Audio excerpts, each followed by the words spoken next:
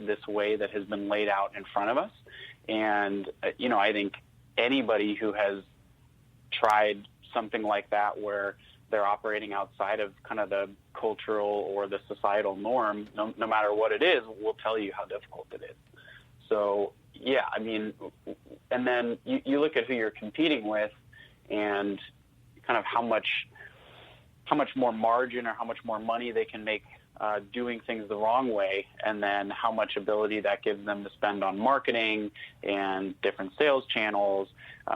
And then you start to feel like you're really fighting, an uphill battle. So starting the company, did you realize it was going to be as hard as it is and there was going to be a lot of pushback and you're kind of going outside the box? Or did you think it was, it won't be that hard, and were surprised when you kind of dove into it? I think both. I definitely went in with the expectation that it would be by far, the most challenging thing that I had tried so far in my professional career, and that's really what I wanted. Quite frankly, I went in knowing that very well the business could fail, and that had to be an outcome that I was okay with.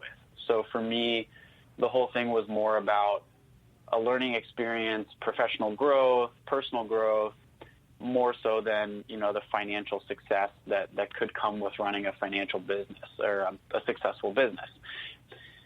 Really, we want to be successful for so many reasons. We want to be successful so that we can tell our story, so that we can shift that paradigm, so that hopefully we inspire people to do something similar. And at the same time, knowing the business could have failed, knowing or thinking I knew how hard it was going to be, no, I had no idea. And I think jumping headfirst into something that you've never done, you're certainly going to see that it's harder than you thought. And so there have been a lot of times where, it just feels more challenging than you thought it would be, and days where you feel like the world is working against you. And then sometimes right when you need it, you have that huge sales day, or you have that big win for the week, whatever it might be, that really reinforces that you need to slug through that hard work in order to see the kind of results that you want to see. Yeah, we had another one of my friends on who owns a specialty running shop, and we kind of talked about the same thing, and it's almost like sometimes you can't look at the day-to-day numbers because some days there may be one sale or one purchase or whatever, but then 3 days later you might have one of your best days in the month of October. So he always talks about trying not to get caught up in the day-to-day and staying focused on the long game, and just keep putting in the work and doing what is right and what fulfills you and what brings you joy every day. Yeah, absolutely. I mean, I oftentimes try to remind myself that I'm too close to it, and it's exactly what you're saying. You get caught up in the day-to-day. You get caught up in, man, we didn't have a good sales day today, whatever the issue might be. And I think being so close to it and working on it every day, it's easier to get caught up in that mindset. And luckily, I have a partner who constantly reminds me that we're growing as a business, and we're still here, and we're still fighting, and we have the opportunity to continue working on our dreams. And I have friends who hear updates every so often and help remind me that we are succeeding and we are growing. So I think it takes also that community around you who isn't involved in the business day to day and doesn't see those types of small things, and is just really impressed, with, the news of getting into brick and mortar stores, or, having a $500 organic day online, or, whatever those big kind of milestones might be. It's great when you have that support system around you to kind of say, keep your head up, because those hard days are turning into big results. Yo, we're going to get you that Airey Bros Black Friday bump, so don't you worry. That's what I'm talking about. Speaking on the brick and mortars, I didn't even know that was necessarily a thing. Do you have brick and mortars here in, say, Colorado or in the States? We're first working in Portland, where I'm physically located. In order to open those accounts, what I did was literally canvas, go from shop to shop, pounding on the pavement, having researched some places and bringing in a backpack of our products and smiling and saying, I'm David, and can I tell you about Alta Andina? I have experience doing that, and it certainly is effective. I think not a lot of people go out and do that. I think a lot of people prefer to sort of try cold calling or emailing, which I've done quite a bit of as well. But yeah, we have opened some accounts in Portland. So, you'll be able to find us from the east side on Hawthorne, downtown Portland, a few other places as well. And, we're looking first to kind of the West Coast, Seattle, San Francisco, and then Colorado as kind of our first entry points. And, at the same time, we were featured in an article from the University of Oregon Quarterly. So it's a quarterly magazine from the university. And they did a piece on Greg and I and Ryan and kind of how we all met, and similar thing, what's the background, what's the story. So, yeah, we're really looking to build some local community around us here in Oregon, and then take that community and hopefully that reputation up through the West Coast and through the country. Back on those door-to-door days, huh? That's right. Pound the pavement. What does your daily schedule look like, or how is it different now being back in the States than what it was when you were in South America? Yeah, the biggest difference is that I wish I had more time with my business partners and obviously more time in person. We would meet, at least once a week, if not quite a bit more in person when I was living down in South America. And here we do, our weekly calls, and, we've got our Slack channels and email and WhatsApp and every form of digital communication you can imagine, but there's really no replacing FaceTime with digital communication. So that's kind of the biggest change for me. I think I'd like to work towards hiring someone as quickly as we can when we get kind of that cash flow, so that we can grow that part of the business here and add that to our community in the United States. And working from my home office, I've got kind of the sitting, standingness option. And so I go teach Spanish each morning. It's a quick kind of 40-minute class from 8 to 8:40. And then I can come back and work for the day on Alta Andina. But really, I'd say the biggest change is just that I miss the face-to-face with the business partners. So there's really no replacing that. And so are they all still down in Quito? Yeah. So, a lot of the original strategy around working together as partners was that we felt it was a good fit because they had their full-time lives in Quito. Ryan is an Ecuadorian citizen. He has a passport. He's been there for, I think, almost 8 years. Greg has been living in South America off and on for the last decade plus. And so, that's where they're going to be. That's where they want to be. And having our supply chain located in South America, we really need the presence full-time there.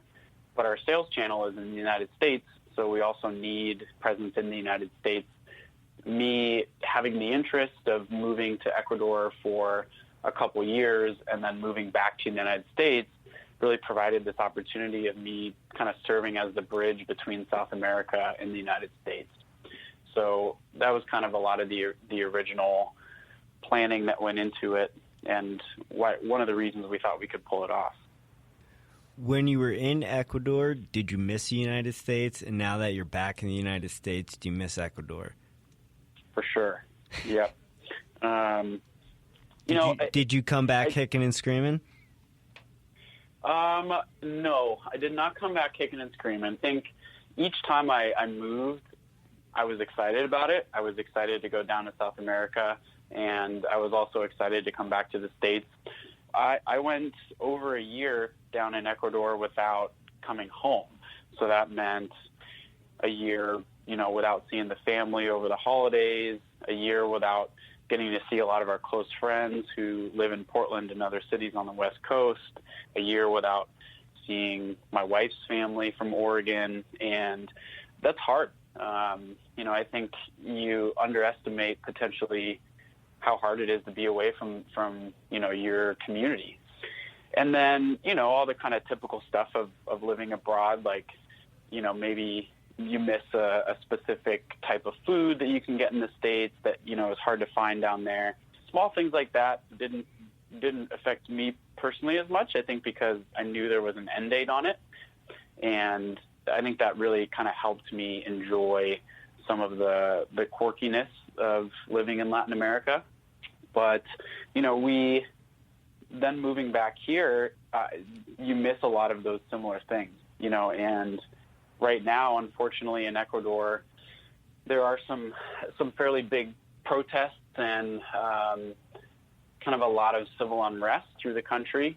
There's been some policies instituted by the government that, are unpopular with people, and then other specific policies that are specifically unpopular with the indigenous community.